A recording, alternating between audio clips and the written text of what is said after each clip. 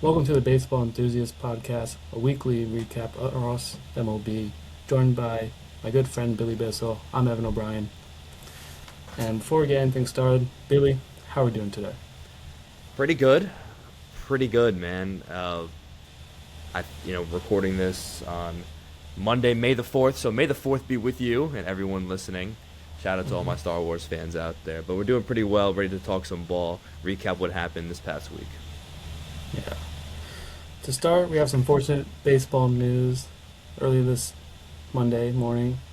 Uh, Passing of Yankees broadcaster John Sterling, 64 years behind the mic, 36 with the Yankees. He has called 4,420 regular season games, 211 postseason games, and had a consecutive game streak with 5,060. Absurd. Now, the guy was the voice of baseball. Obviously, the voice of the Yankees. Any single time a Yankees fan would tune in, or, I had to listen to some Yankees games on the bus for my baseball games in high school. It was always Sterling. It was always him and Susan Waldman. Those two had incredible chemistry, and he was just the guy. Him with his sayings. Admittedly, as a Mets fan, sometimes I really got sick of the Yankees win, whatever, that whole thing. I mean, but seriously, he was one of one, and there was no one like Sterling. He was truly the only guy. You couldn't imitate him. Anyone who was trying to get into the industry, I saw someone saying today, people might say one announcer sounds like another. No one could sound like John Sterling. He was his own voice. He was incredible, and he had such a unique gift, man. Yeah. For starters, we're gonna pick your brain. I want to see what your favorite home run call from the legend. Like for me, as a Yankee fan, growing up, for a player watching, Robinson Cano, Robbie Cano, don't you know? Easily, probably one of the best home run calls I feel like he's had. He's had Giancarlo, his whole Italian phrase, San Paro, I forget what it's called. You have A Rod, A Bomb, like list goes on and on. What do you have as a favorite home run call from him? You know what? That A bomb one, I feel like was one of his most popular ones too. I feel like when I think now, thinking all about it, I feel I've always heard that one. But for me, it's the Guardy Party.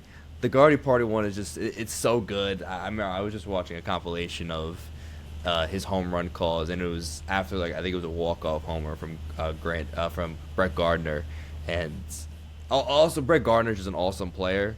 That one, it just felt right too. I don't know. He was always Guardy. That was always his nickname. So it was just really really good call from Sterling.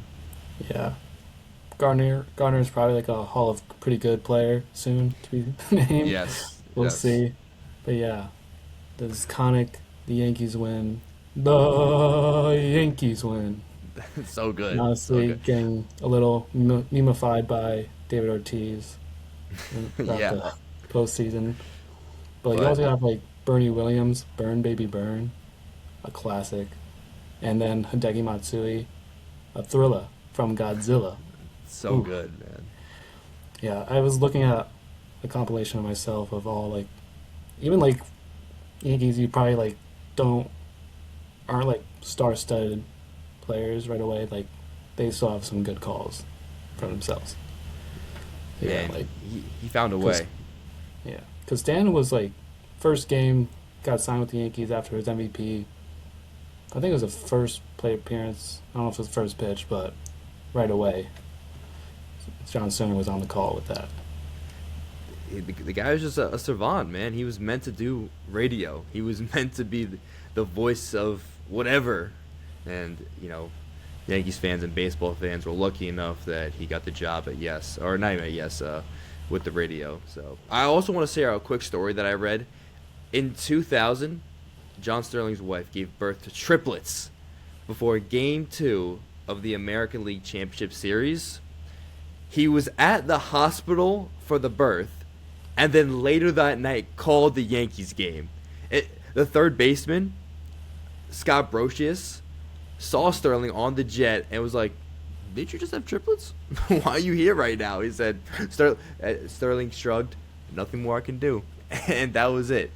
He was that dedicated to his craft. He loved baseball, and he said, and I think it was either, he said in an interview, and I think it's an awesome quote that just commemorated and how grateful he was for everything. He said, "How lucky can you be for people to celebrate what you do for a living?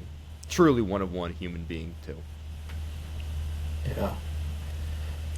Yeah, I'm sure Susan Waldman's like pretty emotional. She's probably going to be on the call, probably listen to her. Well, it's a late game. Yeah, it's a late game today. 5 o'clock game. Yeah. But probably listen to that a little bit before work. But yeah. Those two, man, like they loved. I read like they loved Broadway, they loved theater, like they loved all of that stuff, and I think that's the type of connection that makes the booth that much better. So when you could talk about things and have your bits and you have your inside jokes that people who tune in for the first time have no idea what they're talking about, it makes it that much better, and it makes the audience feel that much more niche. But the newcomers can still feel like they're having fun. Yeah, I feel like there's still a good group of like broadcasters in MLB that are still like shown out, have their iconic like their voice pretty much. And I'm not good with names, but the San Diego Padres announcer, you know the name? Yes, I know who you're talking about. I don't know Yeah. the name off the top of my head Recently though. had the Holy Sheets call. That was pretty nice. Yes, he's yes. I think he's been in a couple. Don Orsillo, I just looked it up. I feel like he's been in some other stuff as well. He's a very memorable voice, but some guys, man, they just off the top of their head, they got it locked up. I don't know. This is why they do what they do. Yeah. So moving along, I will talk about another firing that pretty much happened the next day, or the day of, when we recorded the last one, for Rob Thompson. After a 9-19 start to start the season, bench coach Don Mattingly will be the interim manager for the time being. He also coached for the Marlins and the Dodgers, so he does have experience. Does has baseball experience too on the diamond. Don't worry about that. The rings might not be there, but yeah, he'll reportedly be there. They're on a 5-1 start since the firing. So how do you feel about Cora's firing, which they were looking to have him take over, but they ended up firing Thompson and replacing him with Mattingly? I mean, with Cora's firing, we talked about it last time. It was after a demoralizing win for the Red Sox. I think it could be more of a case of managers have more pressure on them to win as soon as possible. I think this is the case for every league. I'm noticing, even not even just the MLB, but basketball, football too. So they have a lot shorter of a leash. I think Cora, while he was a World Series winning manager. I don't know. I think there might have been some motivation issues going on. I mean, I think the thing that comes to mind is the Devers situation, where he couldn't get him to play first base, and then now he goes to the Giants and he has no problem being their everyday first baseman. So I think that's part of it. He was dealt a tough hand with having a million outfielders, so it was kind of tough. It wasn't fully on him, but you don't win a lot of games. You're gonna get sacked. And for Rob Thompson, it's kind of the similar case where maybe he was, at that point it's just like the GM figured that it's not our guys, it's not the talent we have on the roster. It's not an issue with that. We believe in them. Something's not going right with either motivation, with preparation, stuff that I feel like, as from the outside looking in, is really tough for us to analyze and look at to see how good a manager actually is. But the results speak for themselves. They were really bad at the bottom of the league for most of for the whole year until recently, when they fired him and they bring in Mattingly. He was already on the team, but and I was the interim manager. They're 5-1 in the last 6 games.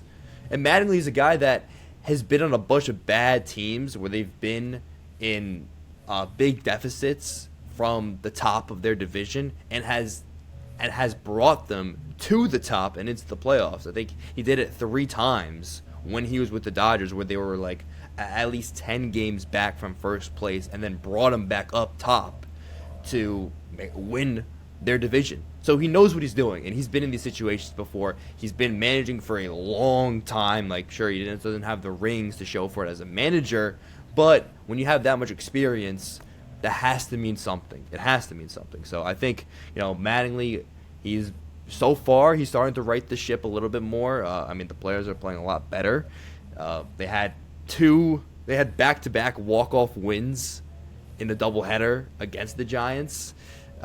So the team is playing better, whether that's because they are rejuvenated with the firing. I heard a lot of, I was reading articles and just seeing a lot on social saying the players were taken back about Rob Thompson's firing and that it kind of came out of left field.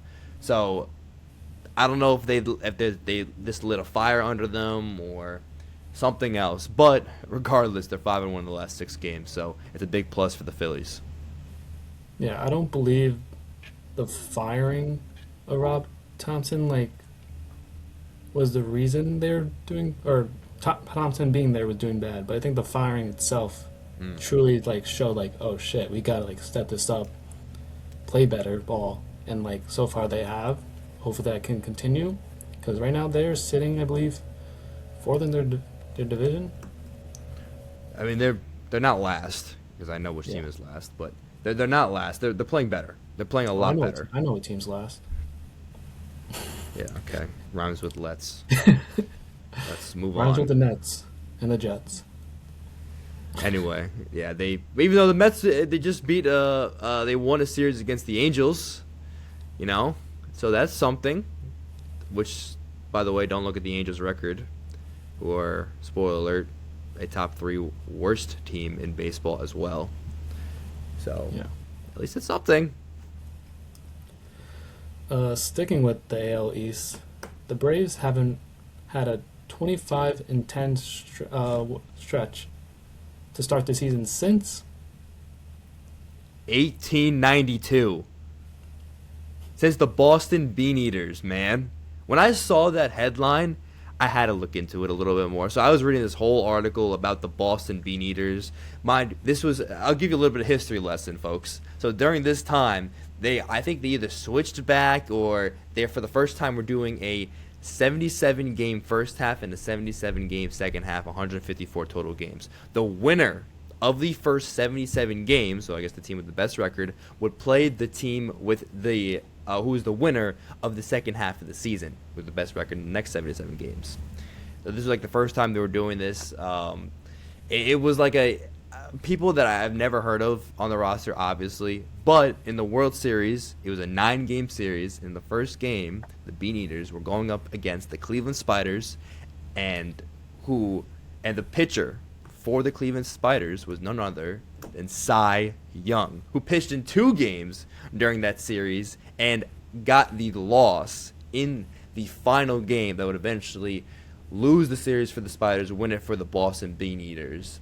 And when they won the World Series, they got a $1,000 check that they had to split amongst 13 players on the roster. Yeah, big money there from those guys. That's about $76 per player. I say that all to say this is some historic stuff from the Atlanta Braves. 25-10, they're playing amazing baseball right now. Acuna's on the IL, but regardless, still, Ozzie Albies, Matt Olson, the pitching staff is really well. Their relief pitching is excellent. They're just among the leaders in several individual categories, and they just look so good right now. We talked about Matt Olson last episode, but as much as I hate to say it, the Braves they're hooping, and it's some historic stuff for them. Yeah, we'll probably talk a little more about Matt Olson, but imagine if the Cleveland Spiders was rebranded back to that. Imagine, because they had a chance to. If the Guardians went back to, or I guess the Indians then turned into the Spiders instead. No, excuse me. Yeah. It, that was the name. Anyway, whatever. Yeah. Yeah, that'd be cool. That'd actually be really cool. Why didn't the teams that like okay for Washington for football now for the team Hmm. in Washington when they were the team that they were before the Commanders for the football team.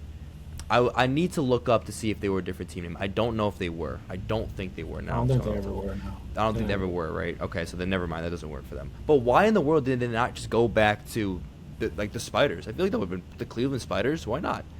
And you didn't have to even go back with the old uniforms. I bet they weren't that great. Just go with that name. That's what they Yeah. were. The same thing what they did with the Guardians on their dress, like same fonts. Well, slightly same font. Yeah. The C's just slightly different, but Uh, I mean, the Cleveland Spiders. I'm looking it up. They kind of folded after the 1899 season.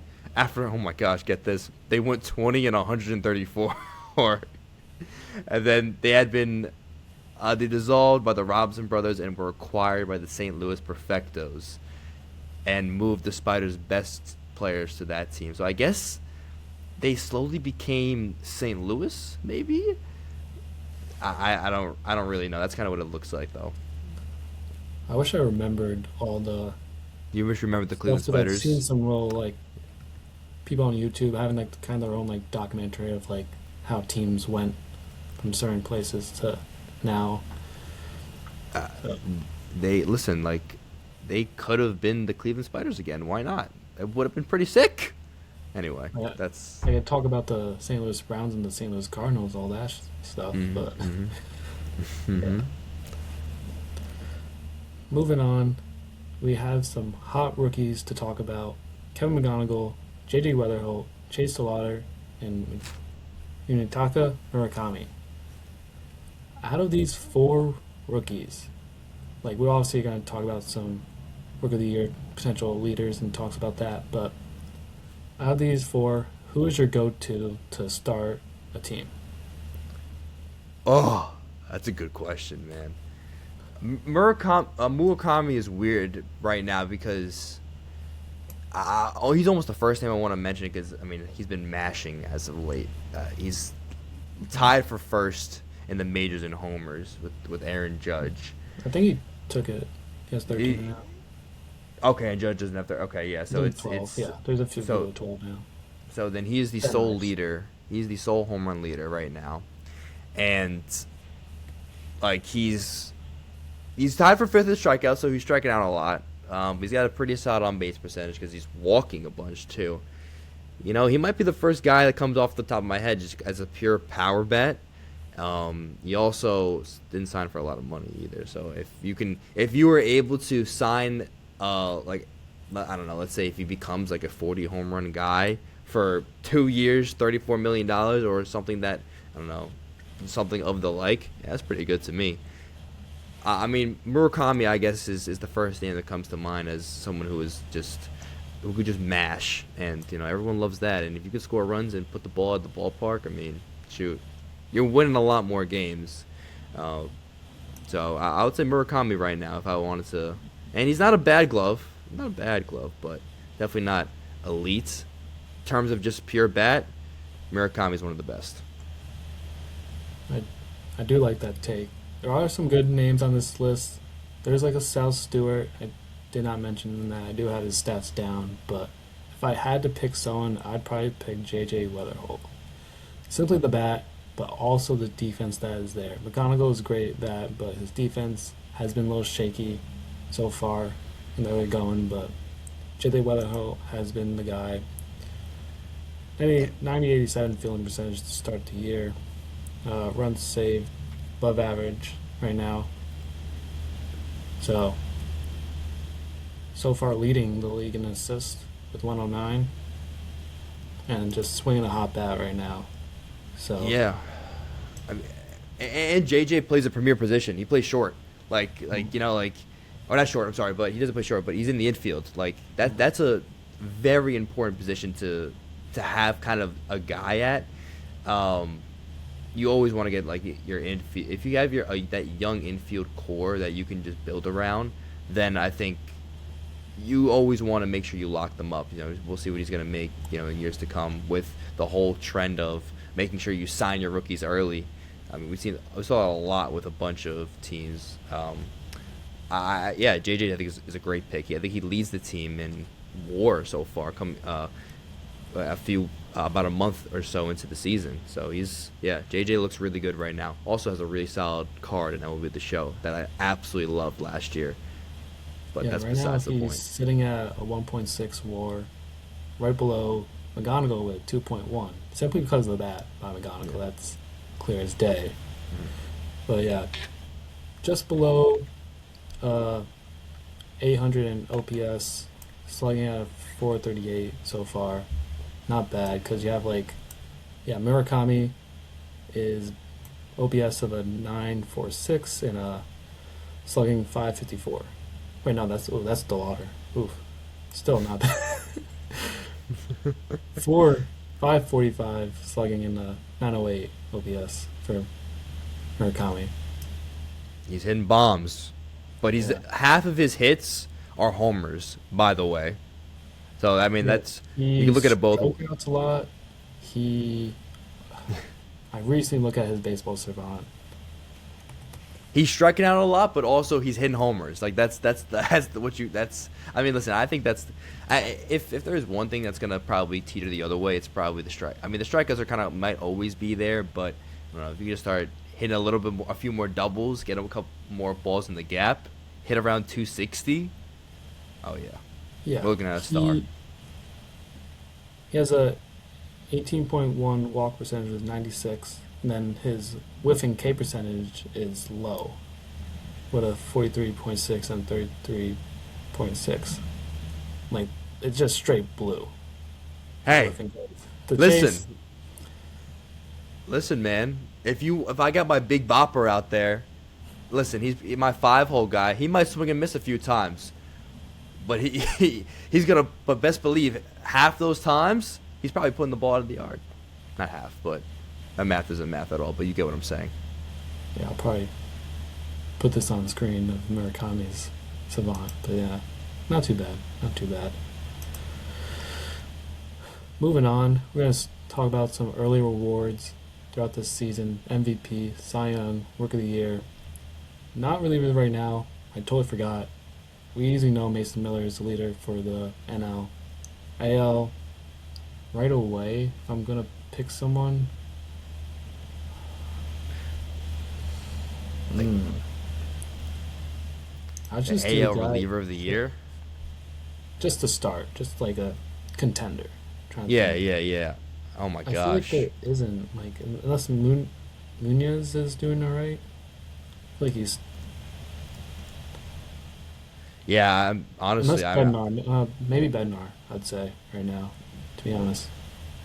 yeah, Bednar's a good name. Probably Bednar. I don't really, but no one's jumping off the page as much as a Mason Miller. That's really what we're saying here. Yeah. So, I'll probably do the AL, you do NL, and we'll go through this. So, right now, 3 contenders for MVP right as we speak on May 4th. Jordan Alvarez, Ben Rice, and I'm going to put him in here, Mike Trout. But right now, as we were speaking, it's going to be clear as day. Jordan Alvarez is currently the favorite entering the May, over a month through the season. The guy, Jordan Alvarez, is raking right now. He looks so good. Just a big lefty who could just swing it. I'm looking at this AL list and I'm just thinking in my head, one of these things is not like the other.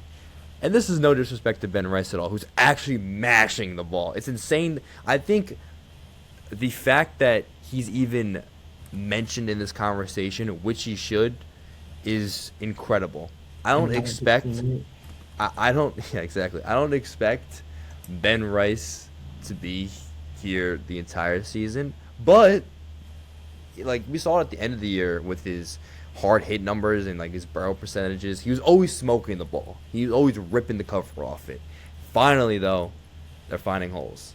He's actually hitting it out of the park. So he looks really good. For the NL though, I'll quit yapping and cut to the chase. Matt Olson, Ellie De La Cruz, and Shohei Ohtani. We really need another award.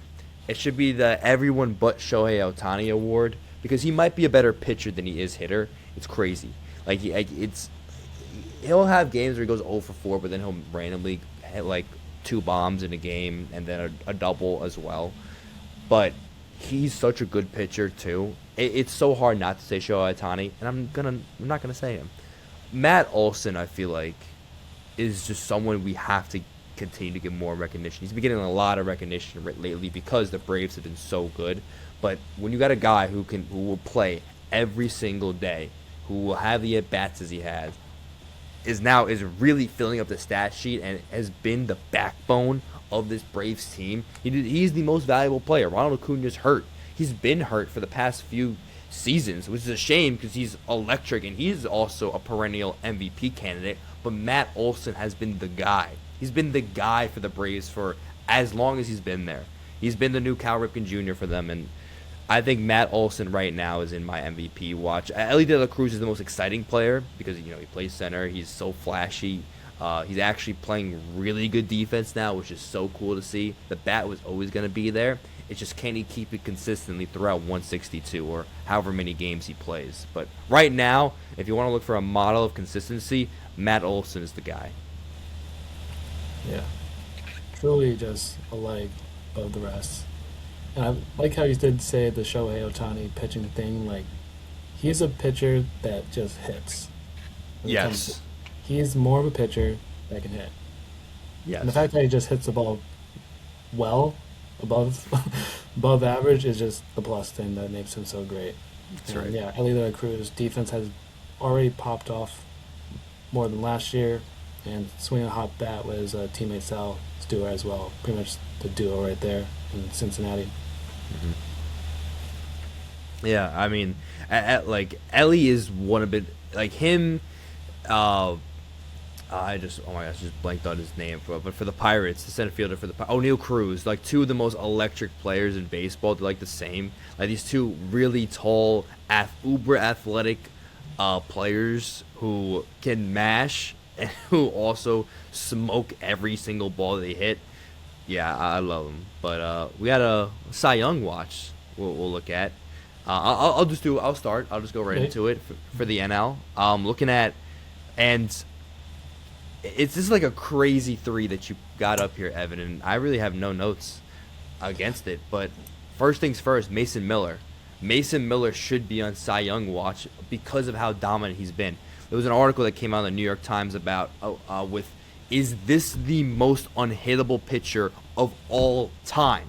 Not right now, not this season, of all time. And they talked to Trevor Hoffman, talked to a couple of ex MLB pitchers like Billy Wagner. They say that this guy, oh yeah, the stats don't lie. Watch the games. This guy is the best pitcher in baseball. He's the most unhittable pitcher in baseball. Real quick, I want to read off the stats. Since the day after he gave up his last run on August 6, 2025, opposing hitters went 7 of 127 with 87 strikeouts. That's 73% of his outs were punchies. 141 hitters, none of them scored. 39 straight games with 0 extra base hits, allowed 39 straight games without ever allowing more than 1 hit. He's insane. I mean, he'd be the most fun pick to win a Cy Young. Will it happen? Can he sustain it for the entire season? And for like a 10-plus year career? Who knows? But Mason Miller is the most electric guy. Seeing Nolan McLean and Tyler Glass now, man. McLean, past few starts haven't been great as someone who's a big Mets fan who's been watching him. His stuff is just so much fun. Like, it's been so good, and he still has a low ERA. I would love to still see him, like McLean, get deeper into games. The last few has been pulled like in the 5th inning, maybe a little before that. But he has the stuff to to dominate every single at bat and to go long because he did it last year, and I think he'll continue to do it this year. You know, when you're on a team that's been struggling as badly as the Mets have been, it gets tougher to get those wins that make the whole resume look better. But McLean, man, he's nasty. As much as I would love to see him win Cy Young, I think it's going to be really tough for him just because of the pressure that might be put on him because of how poor the Mets are playing. So I say this all to say is that I think Tyler Glasnow might be the favorite to win Cy Young, even though Mason Miller would be a really fun pick. Yeah. But other player, I did put him on, still up there. Chris Sale still having a solid year for the Braves.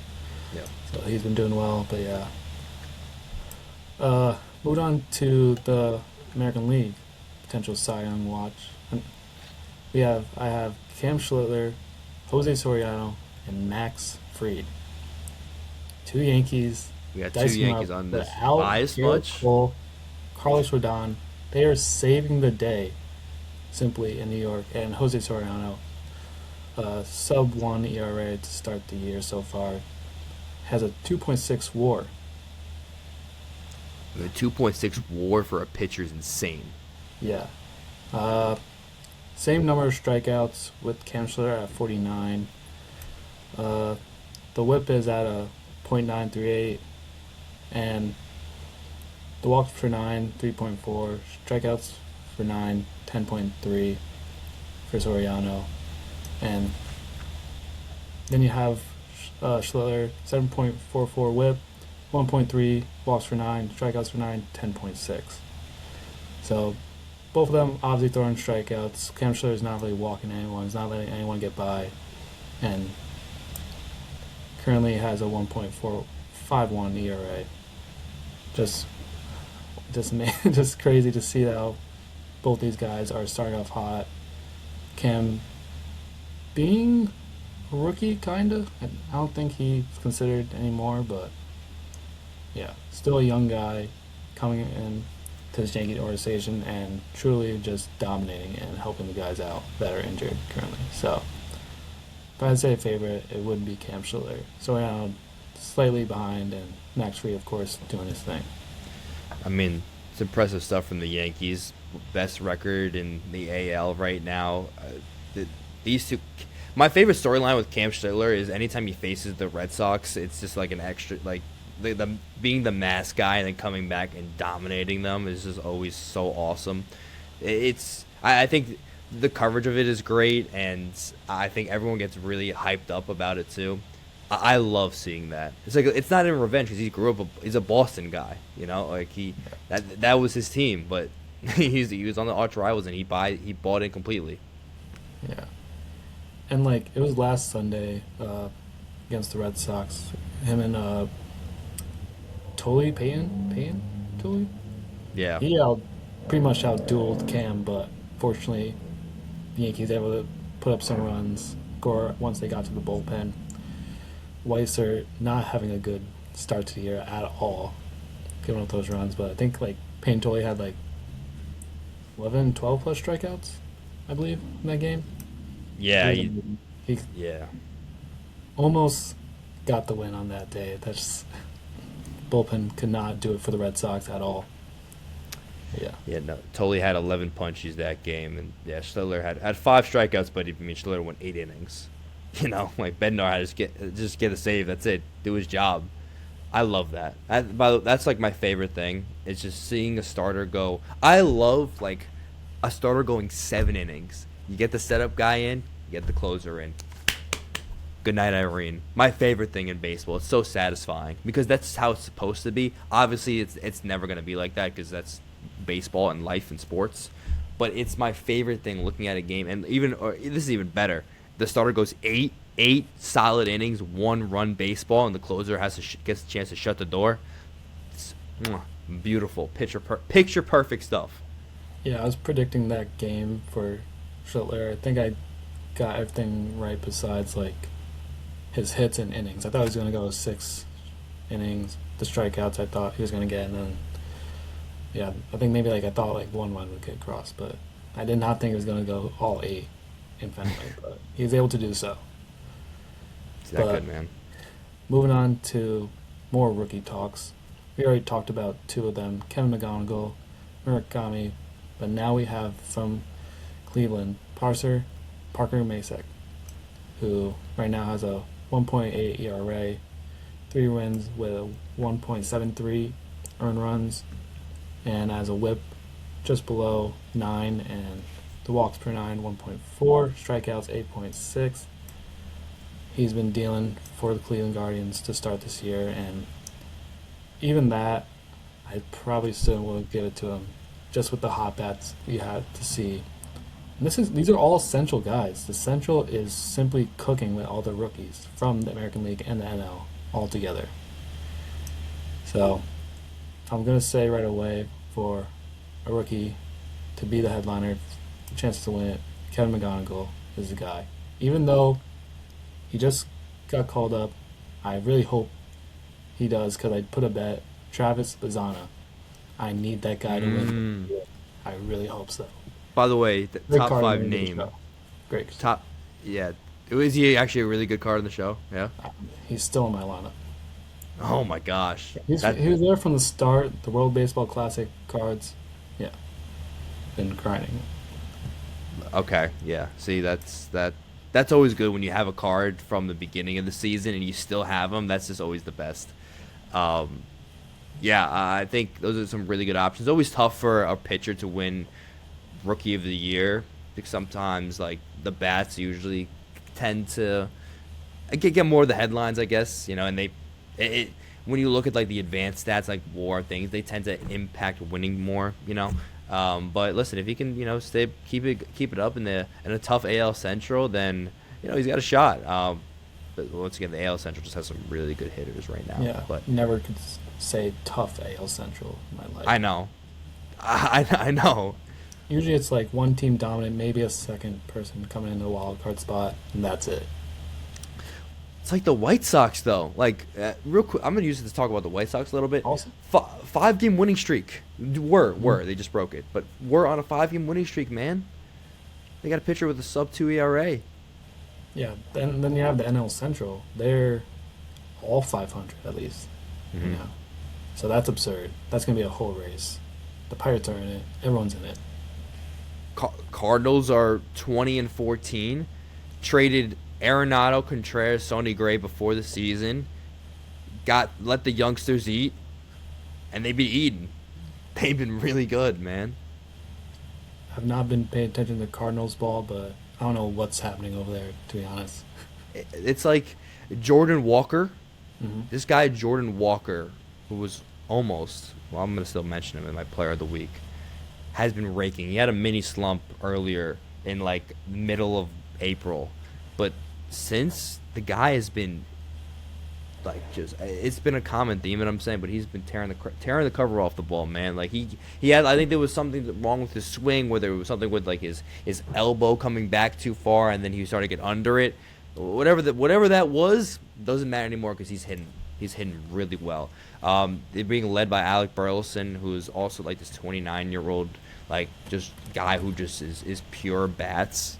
He has like, I remember him last year. He was such a good hitter for the Cardinals. I think he like led the team in average for most of the season, and he's still hitting really well. So he's kind of like one of their leaders. Mason Wynn, surprisingly too. It feels like just yesterday I saw the video of him throwing 99 across the diamond in the prospect prospect showcase game. But Jordan Walker, he's turning into that player that Cardinals fans hoped that he would be in the past few years. He's raking right now, and the Cardinals are making it tough for the rest of the NL Central. Yeah, because Jordan Walker had his career high was in his rookie year with 16 home runs. The last 2 years, he had 5 and 6, or he has 10 right now. So it's absurd. He's on, I don't know what the pace is, but on pace to at least his season high. Yeah, but now going back to I'll stick a little bit with the Rookie of the Year conversation though. We talked about him before, but with Noah McLean and J.J. Weatherholt, is duo up the middle with Mason Wynn and J.J. Like J.J. Weatherholt right now, he might be the front runner. I mean, they're on a really competitive team. I could see McLean winning this one just because people might look at the Mets and be sure they might stink but they might be like, okay, McLean is the only guy doing anything, and that's not exactly true because Clay Holmes has been really well for the Mets pitching staff. But in terms of the stars for the Mets, McLean is much watched TV. He's so good. I could see him winning Rookie of the Year because of how great his stuff is. I know I talked about him a bunch. Sal Stewart, though, I like that you put him in here. I didn't know too much about him before this. He actually he earned NL Rookie of the Month for April. So like the guy is really good. It's another NL Central player. So I think it's the NL Central right now that's been on top of baseball. And maybe Sal Stewart kind of steals that from some of these guys that we kind of know about with McLean and JJ, and how highly touted as a prospect he was. For talking about JJ now, Sal Stewart though, don't sleep on him. So to make my prediction, I'm gonna go with Noah McLean. I'll go with the biased Mets fan pick, but I think we got to watch out for Sal Stewart going forward. Yeah, I feel like I'm sleeping on Sal Stewart too. Like I barely mentioned him when it came to rookies that are just you would choose, and Sal Stewart's one of those guys who's doing his thing. But yeah, Man, he hit as a senior. By the way, at high school, he hit 514, 9 homers, 23 RBIs, and 13 doubles. Played 91 games with a 488 batting average, 30 homers. Named to the 2022 All USA Today high school baseball HSSA baseball team, and played baseball at Vandy. wait, how many games he played?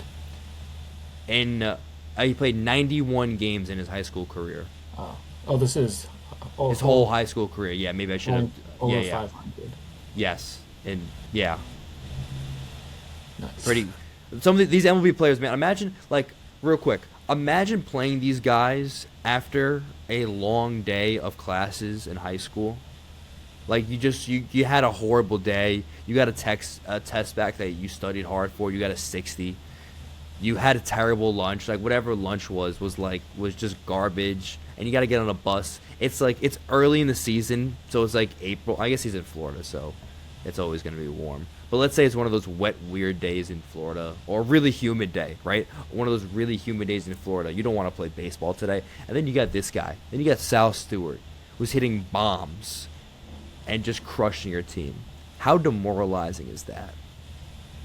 I Be remember terrible. just seeing highlights of Harper and Trout, and Yeah. they were absurd. And there was a few, at least recruits that I know of that I faced off in high school. There's still some more around. I was just at a game watching my high school play, and there was a Miami recruit, pitcher, and he could play first a little bit because he's just tall as fuck. But, no, there was this one guy. I have no idea. I could probably find him, but he drafted by LSU, but I think he went or committed to LSU, then drafted by Pittsburgh. I don't know if he's still in the system or probably in a trade somewhere else, if I had to say.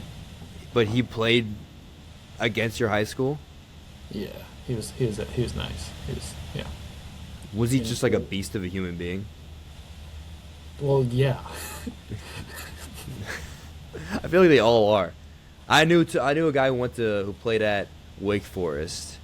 I think he had a pretty solid college career, but he was like a Division I athlete. And once again, he's just a beast of a human. He's just bigger than everyone else, and he played short. He could pitch a little bit, but he was really just an infielder who just had a really good glove, and he could hit. Switch hitter, I think, too. Or he was a lefty trying to be a switch hitter. But yeah, those Division I athletes are different. Anyway, Sal Stewart though, we got to keep an eye out for him. Now let's quickly just head into our weekly players of the week. So, starting off, I did have some more of a competition with the batting, a teammate of one of them, but I'm going to stick with the obvious choice when you think of an AL hitter. It's Aaron Judge. Batting 426 in the week, 3 home runs, 5 ribbies, scoring 5 runs and walking 5 times. And no shade to his teammate Ben Rice, pretty much did similar numbers, and Shane Lears as well. Pretty much similar numbers I'm looking at, but I just like the walks and the runs kind of pushed it towards Aaron Judge being that guy for me. And he is that guy, just Yeah. plain and simple. For the NL, for me, I'm gonna shout out Jordan Walker. He has 11 RBIs in the week, 10 homers on the season. Another nugget for you. He's got 37 hits in 31 games. Last year, he didn't get his 37th hit until the 57th game of the season. So he's on a much better path than he was last year. But he is not my official player of the week. My official player of the week, NL hitter of the week, is Ozzy Albies, another another Atlanta Brave who we were talking about at nauseum earlier. 429, 519, 857 slash line. 6 RBIs this past week. He's got the highest WAR on the team and in the NL East. I'm pretty sure it's like 1.5 WAR. He's on a 15-game hitting streak too. Being in that lineup, he's been so clutch for them. He's been really consistent. Like getting a lot of consistent play from him and Olsen in that lineup, especially with Riley now really not playing well. So Ozzy Albies is still playing elite ball. I feel like he's been a Brave for 20 years, but he's been excellent for them. He is my NL hitter of the week. Nice. And moving on for me, Cy Young. Coming from the AL East still, I have Ranger Suarez in his two starts. He had 12 innings pitching, allowing 4 hits, 0 runs, 2 walks, and 13 Ks. So, a lot big of a jump start for the Yankees. Red Sox pitching staff with Ranger Suarez getting hot after he was acquired this offseason. So, big ups for Suarez, and he will be my AL pitcher of the week. I'm going to go with his ex-teammate, Jesus Luzardo from the Phillies, who is 2-0 in his last 2 starts, 13 and a third innings pitched, 1.35 ERA, 18 punchies. He got off to a really bad start this season, had a 7.24 ERA through April 20th, but in the past few starts, he's got his swagger back. I mean, I saw on Pitching Ninja, he had an absolute dot of a changeup for a strikeout in the 7th inning against the Marlins. Jesus Luzardo is looking really good, and he's helping this Phillies team right the ship, making Don Mattingly look a lot better. Jesus Luzardo, man, he's been there for another guy who's been there for a while. He's been kind of a staple for the Phillies. At least it feels like it. Maybe he hasn't been, but Luzardo is my NL pitcher of the week, with giving some love to Clay Holmes. Will be a bit of a homer here. He's also 2-0 in his past 2 starts. He's got one of the lowest ERAs in baseball, second lowest ERA in the NL, .71 ERA in his 2 starts. He's been so good. He's getting a lot of ground balls, and he's going deep into games right now. When deep for Holmes is like 6th innings, but 12 and 2/3 innings pitched in those 2 starts for a guy who just in his 2nd season coming off of being a relief pitcher for most of, if not his whole entire career. He's doing pretty well, and he's been the other than McClain, he's been the ace for the Mets. Nice. And moving on for my AL reliever of the week, I have from the Royals Lucas Ursag. In his 3 innings of work, just 1 hit, 0 runs, 1 walk, 4 Ks, and 3 saves. So 3 times he's out there, 3 saves for the Royals. So it's logging up some wins. 3 saves, man. That's, oh my gosh. I was struggling to find someone with like 1 or 2 saves for the NL. Yeah, so they put him out there 3 times, got it done. So He's good shutting it sign for the down. Royals to have someone getting it done to hopefully bounce back. Yeah, that was their whole issue, was getting their players to perform. My relief pitcher of the week for the NL is Dylan Lee. I had a tough time finding one. I've opted for kind of the guy who's been on the hottest team in baseball for the Braves again. He's got only 3 and 2/3 innings pitched, but he had 7 strikeouts in those appearances. That is amongst the leaders in this week stretch. 1.08 ERA on the season. Listen, he's been really good for a loaded Braves bullpen. Raciel Iglesias in there. I think Aroldis Chapman's even in there as well. But Dylan Lee has been that guy for the Braves, shutting the door. Listen, you need good bullpen pitching to get to where you need to be. It's not like you need the best arms, and like you don't need the Mason Millers of the world, because he certainly doesn't have that type of velo. But he's crafty. He's a lefty who has like a kind of a funky arm slot. He's been really good for the Braves so far, and he's my NL reliever of the week. Nice. I don't know if you want to take over the next one. Yeah, Well, I'm sure. I I heard mean, about it throughout the week, but this is just a hilarious story that I saw. So, this is with Jim Palmer. If you don't know who Jim Palmer is, and admittedly, I really didn't before this story, he is the color analyst for the Orioles, and he's a Hall of Fame pitcher. He was, I'll read off his stats really quickly. He's 3-time Cy Young Award winner. He won back-to-back in 75, 76, 6-time All-Star, 3-time World Series champion, 4-time Gold Glove, 3-time ERA title. So the guy, he's got a fine resume. And the one thing he didn't have to his resume was that he's never had a chicken wing. In 80 years of life with Jim Palmer, he's never had a chicken wing. Not one, not even a little bit. It got brought up last year somehow. I think he just put it out in the air on a broadcast, and then he said, in the next time the Orioles hit a grand slam and I am working that game, I will eat a chicken wing. And the Orioles had 4 times where they hit a grand slam, but he wasn't working any of those games. And finally, on April 30th, Adley Rutschman stepped up to the plate and put one out of the ballpark after it was almost robbed, actually. And immediately, the whole entire crew knew what was happening. He got his wing. Actually, the Orioles hit 2 grand slams in that game, so they made sure that this guy was eating the wing for the first time. And he tried it, and he said, actually, these are pretty good. Look at what I've been missing throughout all these years. So just a plain chicken wing. Plain, looked like, I watched the video, the plain chicken wing, like a flat wing that they got at the Orioles ballpark.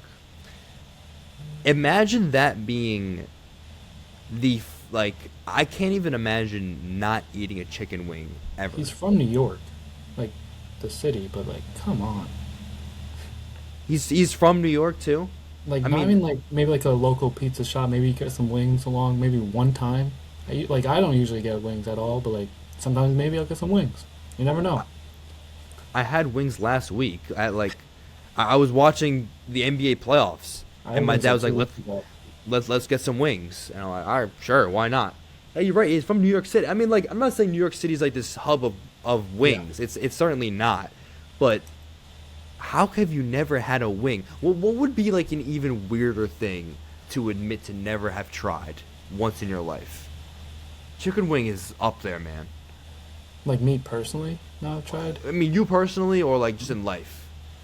You know what I mean? Like, I feel like the first thing that came into my head is if you never had a peanut butter and jelly sandwich. Were you just I thinking was that just too? gonna say that. I feel like if you Only never thing- had a PB and J, that's crazy. I never.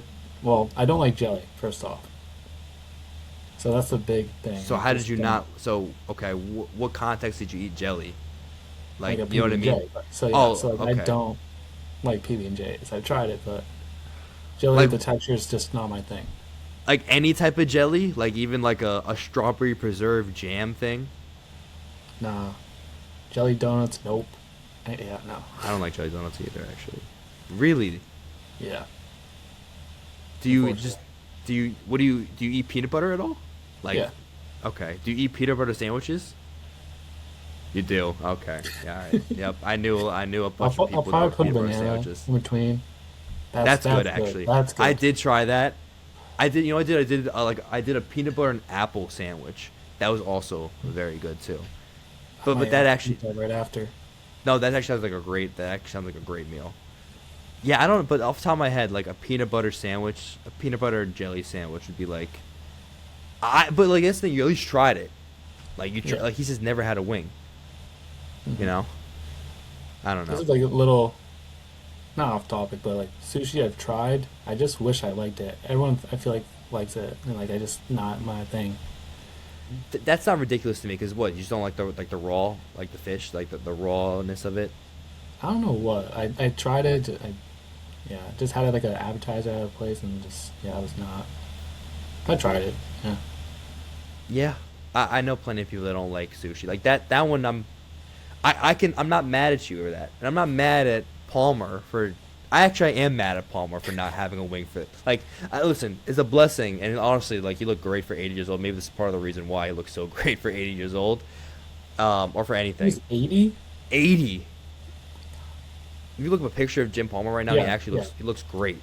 I'll pop it Um, right there. so like maybe that's part of it, but still, like a wing. Come on, man, come on. Anyway, yeah, that was Right. a great story. So I think this might be a daily tradition.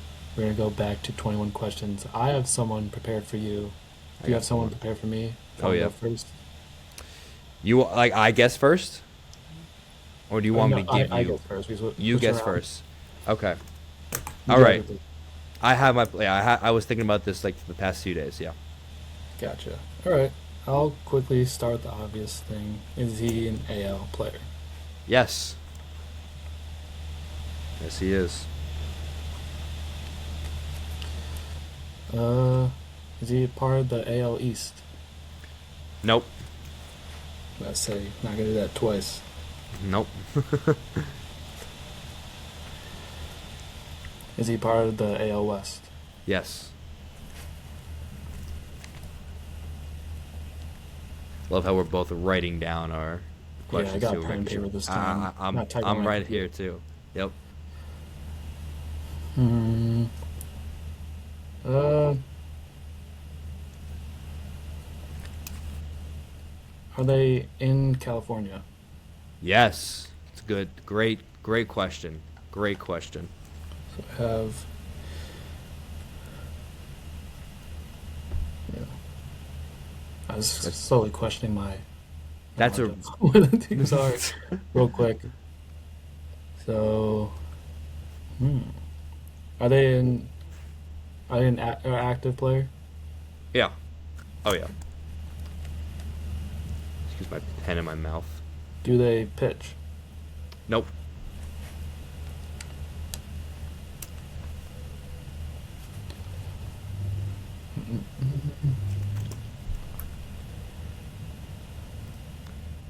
You're asking great questions. This Yeah. is good. I just asked the 50-50 question. Are they an angel? No. That's good. That at least eliminates the other California team. Yeah. And now you know the team. Ooh. I have a good question, but I'm not sure if I know actually the answer. If I do, Hmm. Hmm. I'll say it out loud. I was gonna think about saying, are they a homegrown talent for the A's? Okay, so this doesn't count, but you're just Yeah. speaking it. Okay, it doesn't count. All right. Uh, That would have been a good actually, question if you why knew. not? Actually, yeah. Are they Homegrown or not? homegrown? No, they are Homegrown? not. No. No, not homegrown.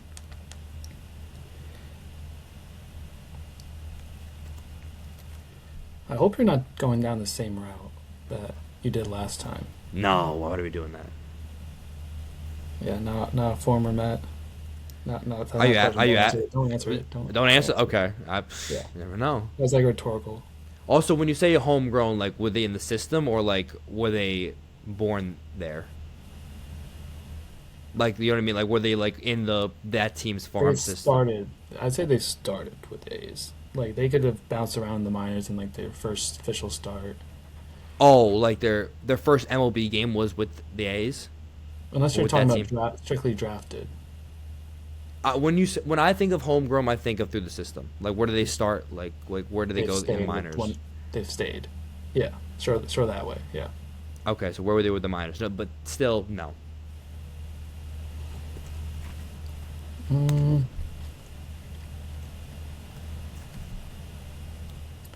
are they in the infield? Yes. Field. They are. I'm writing down potential names. Oh, okay. Ooh. How well do you know the A's? I know them pretty well. I was doing I guess like a franchise season with my friends, and we randomly picked like a division. I got the AL West, and I picked the A's, so I do know. I'm gonna take a shot in the dark. I I'm not sure if he's. So you said not homegrown. Not homegrown. He did not come up in the A system. I'm gonna take a guess if it is. I'm not sure if he is. Zach Geloff. No. Let me see if Not gonna lie, his card has better defense than it's advertised in the game. really. Well, Yeah, he's a good defender on the show, but in the range is crazy. okay. Uh,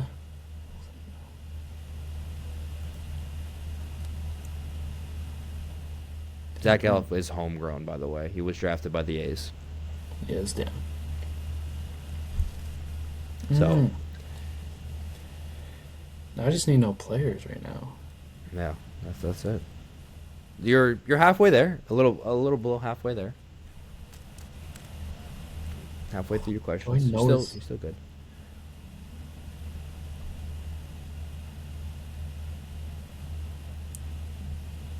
Mm, like I'm thinking of the homegrown people right now. hmm And he's like, well, you asked, is he homegrown? And he's not.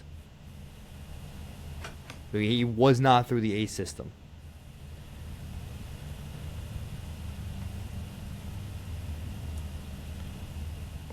I'm just gonna guess it. Why not? Is it Jeff McNeil? It is Jeff McNeil. Wow. Wow. Yeah. So you did go the same route. You I just totally learned did. that. You just 100% did. 100% did. When you said that, I'm like, no. Why would I do that? Stupid. Yeah. That 11 guesses, though. I think your process getting there was good. So I'm 1 for 1. I'm gonna record the stats. So, well, I guess I'm like 16, I think, or 15 last time. Well, You got him at 16. sixteen. It was Pete Alonso at 16. I got Andrew Benintendi at this same number that you got Jeff McNeil. Okay. So All right. far, 2-0. Average of 13 and a half. Yeah, whatever that is. Yeah, math. All right. Yeah. So I do have someone for you. You can All right. begin guessing whenever you please. I'm going to let you know so that is on the record. I have the divisions and the teams in front of me right now. That's fine. Is this okay? Okay. You should know them off the top of your head, but okay. All right. Listen, sometimes you forget. All right. Anyway. All right. Is it the NL? No. God dang it. All right. AL it is. All right. AL West. No. Dang it. Okay.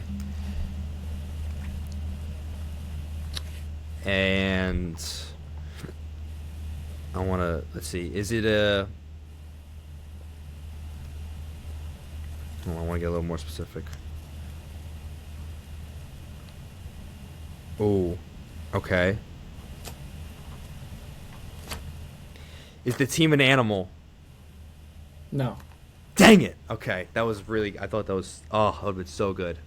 Okay. I probably used that one too quick.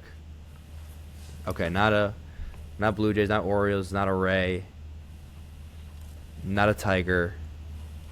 I'm counting the Rays. If it's a double, come on. Yeah, it's an All animal. right. Yep. Okay. All right, that's good. Blue Jays, Rays. All right.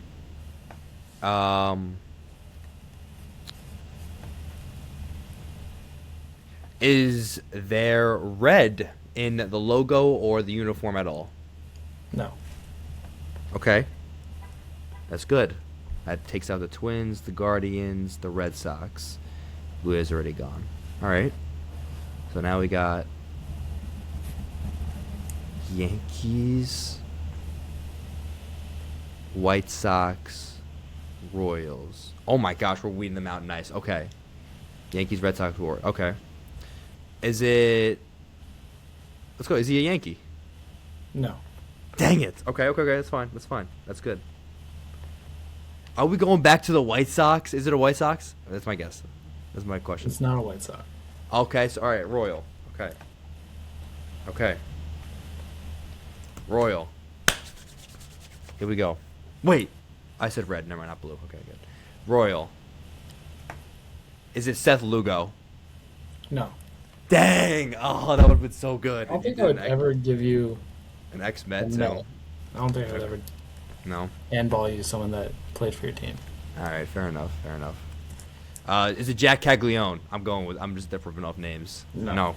Dang it. Okay. Let me. All right. Let's lock in. Let's lock in again. Is it a pitcher? It's not a pitcher. All right. I gotta actually dial it in. I'm 2 away from where you got yours. All right. Not a pitcher. Fielder. All right. A couple names are going to my head right now. There's no way you would do Bobby Witt. No way.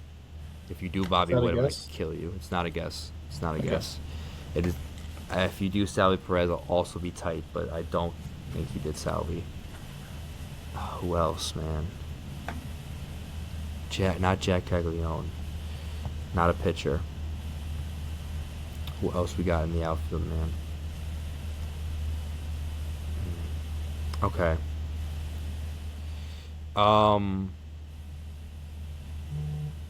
Do they play up the middle of the field? Yes.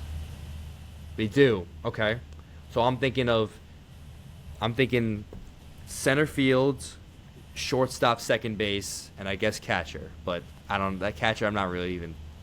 I'm thinking really center field, second, shortstop. Yeah. Okay. Don't be Bobby Witt. It's gonna be Bobby Witt. Or who plays second base for the Royals? Or center field. I know that answer, but yeah. My gosh. Okay. There's a key question you're not asking. I'll just give you that as a hint. Is he a lefty?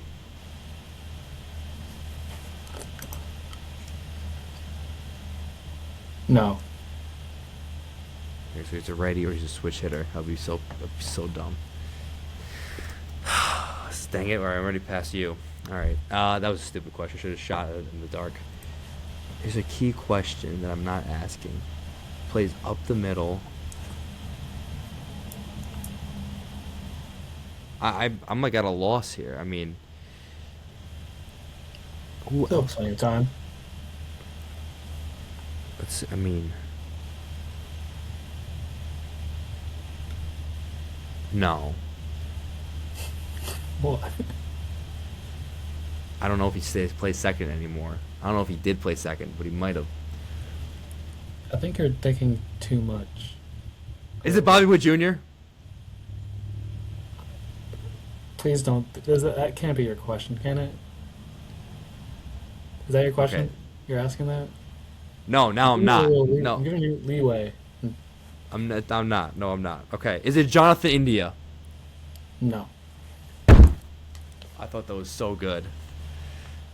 All right. Who plays center? Unless it's a different second baseman.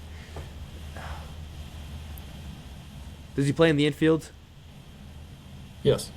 Crap. All right, it's a different second baseman. All right. Who's the other second baseman?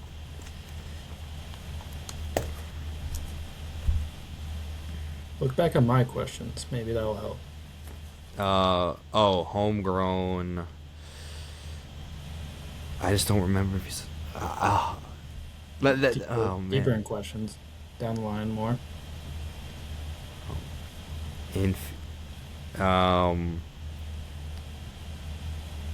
What up?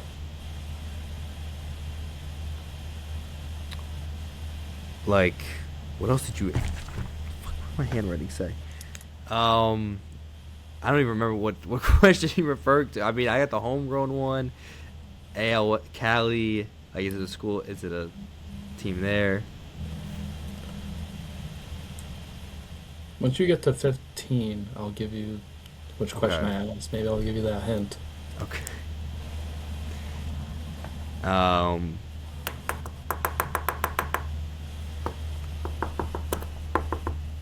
is he?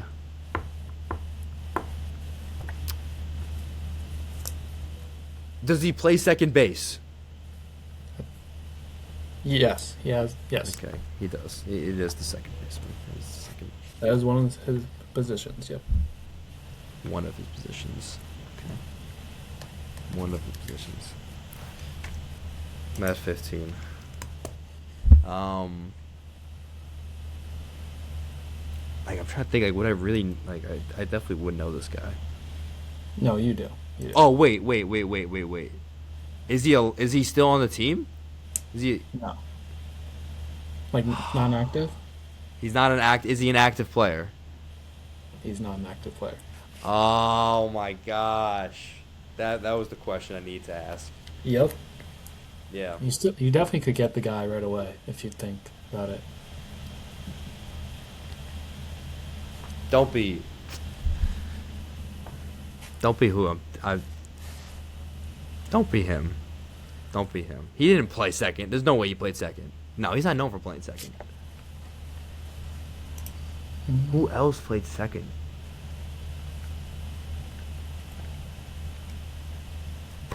Oh Every man.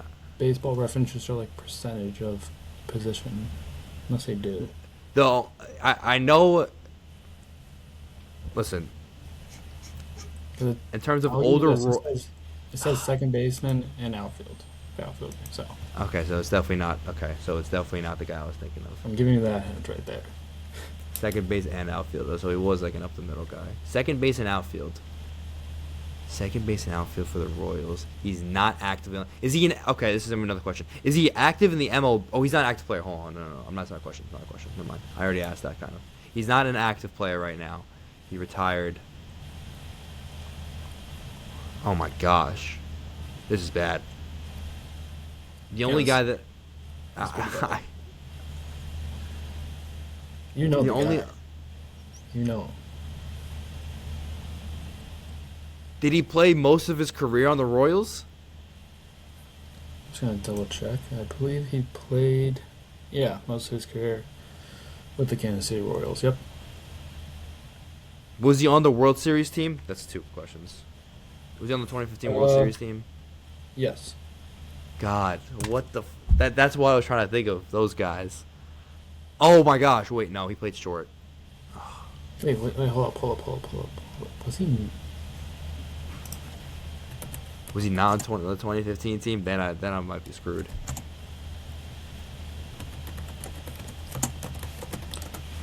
I'm just double checking. Oh, wait, 15. Yeah. Maybe he was. What does Baseball Reference say? Was he on the team? Was he not on the team in 2015? Yeah. I guess he wasn't. Even. He wasn't. Yeah. Oh God, I'm screwed. Okay. He was. God. Oh wait. No. Wait. Oh, he wasn't a lefty? He's a righty. Unless he was a righty. I don't He's a think he righty was second baseman, outfielder. Not Ben Not Zobrist. No, active, Ben not on the Zobrist World didn't. Series team. No, Ben Zobrist didn't play. No, Ben Zobrist is a lefty. Not on the World Series team. Yeah, apparently not. I thought it. Well, how good that team was, I'm surprised he wasn't. I mean, the infield. The infield Yeah. was notable, but It was. Yeah. I can't. I'm kicking myself, man. Oh my gosh. I mean, like, okay, like, did he retire within the last 10 years? Yes. Within the last 10 We got 3 more questions. Yeah, that was, yes. That was my 18th question. He retired within the last 10 years. Okay. Easily.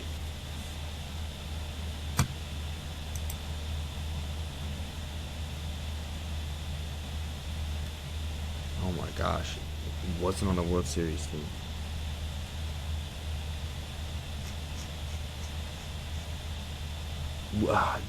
Like,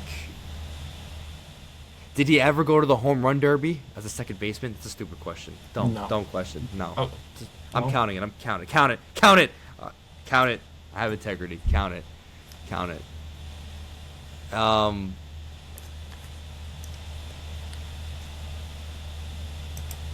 mean, I guess Robbie Cano was a sec team, whatever. Yeah, he won a home run derby, so it's not a ridiculous question.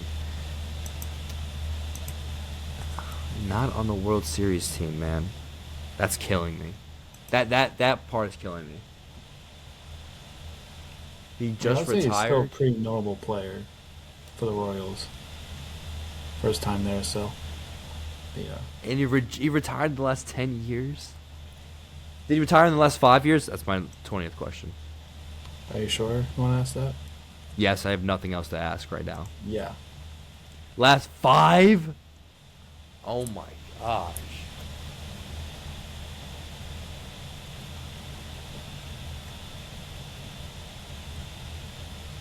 I'm literally at a loss for who to go with at this point.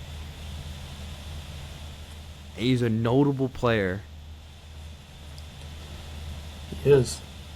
He's And this such a taking a notable long time. Holy shit. He's such a notable player. How are you not on the World Series team? Oh my gosh. I guess he didn't play then. How? Like, I'll just say this. He Yeah. started his career in 2016. That's simply why I thought he was. Played most of his career on the Royals.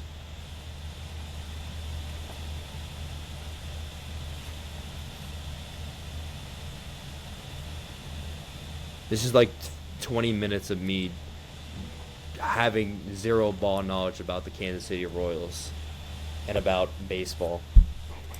Just think of the infield. I'm thinking of the infield. The only infield guy that comes to mind recently is Bobby Witt Jr. and Jonathan India. Those are the two guys that came to mind. Wow. Of course, Vinny Pasquantino. That's recent. Who else is third? You're gonna punch yourself in the face for this. It has to be someone that I just like. Oh my gosh. I don't know. I don't know. I'm gonna go. Just gonna throw out a guess that I know is wrong. No. I won't do that. Yeah, I'm gonna do that. I'm throwing out Alcides Escobar.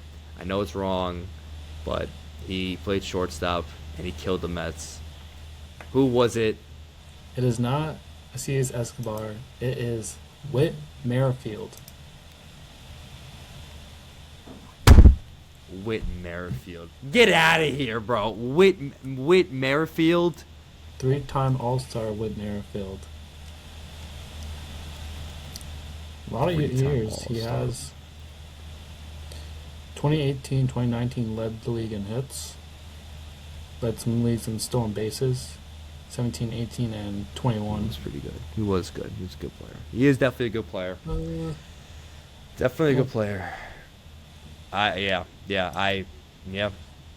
Was 17th in MVP voting in 18. I mean, 17th in MVP voting doesn't make it. That does nothing for me. Like I don't that. know. It's still like he's He still played kicking. 162 games. No, he's still a good player. No, don't get me wrong. The Royals just stunk during these years. They were so bad. But Whit Merrifield is a good player. I don't want to make any excuses. Great player. No disrespect to him at all. The World Series roster, obviously Perez, Hosmer, Infante, Omar Escobar. Infante. Moustakis, Gordon, Kane, Rios, and Morales. Yeah, no, I remember. But yeah, most of I those totally guys. forgot about Omar Infante. I looked, thought Merrifield was there somehow, at least on the team. I wouldn't have remembered him anyway. That's wow, and you know what? I should have even got it because I've been looking at Ildemaro Vargas hitting streak ending at 27. Whit Merrifield's 31 game hitting streak remains the longest in MLB history. I mean, in MLB over the last 15 seasons. So there you go. It was smacking me in the face to get Whit Merrifield. Good name. Bad ball Yeah, knowledge the from Bill. active thing kind of hurt you early on. You were I just have to, randomly throwing guesses. I'm gonna ask that question like within the first 5 next time. That's gonna be one of my first questions. Maybe not do a Met this time. Hey, listen, it took you. I don't want to. It took you. Outside It took you 16 to get to Pete Alonso last time. I figured I rolled it again. It was because I did not think you were just going to give me the layup like that. Evidently, it was a tough. It was a 100% contested layup. It So was. this one was a little less contested. I pretty much blocked you, so. Yes. Or was it an air ball? More, I- honestly, more, yeah, more of an air ball. It's more of an air ball in my opinion. More of an air ball, I think, because Yeah. I'm an airhead. But I'm gonna come back strong. We're gonna come back strong next 21 questions. God, it took so long. It took like 20 minutes for me to get a friggin' question. Yeah, I 20 might questions. It's 21 questions in 20 minutes. Evan, if you're editing this, I'm so sorry. I'm so I'll- sorry. I'll probably just leave the whole thing in. I might cut it up just slightly. We'll see. But yeah, Whit Merrifield. Wow. Whit Merrifield. I tuned everything out with Royals baseball after they broke my heart. I think that's the thing. I think I can remember myself tuning out Royals baseball because of what happened in 2015. No excuse for me not to get that name, but regardless, that's how I Yeah. felt. And I wasn't trying to do the AL Central. Just the randomizer gave me it with Merrifield. I was like, why not? It's good There were right some there. other ones I could have done. I think were a little too obvious. They gave me like some MVPs and some Gold Glovers. I'm like, okay. Yeah, But yeah. that's not bad, man. That'll wrap things up with Baseball Enthusiasts. My name is Emma O'Brien, alongside Billy Biddle. And we'll see you guys next week. See ya.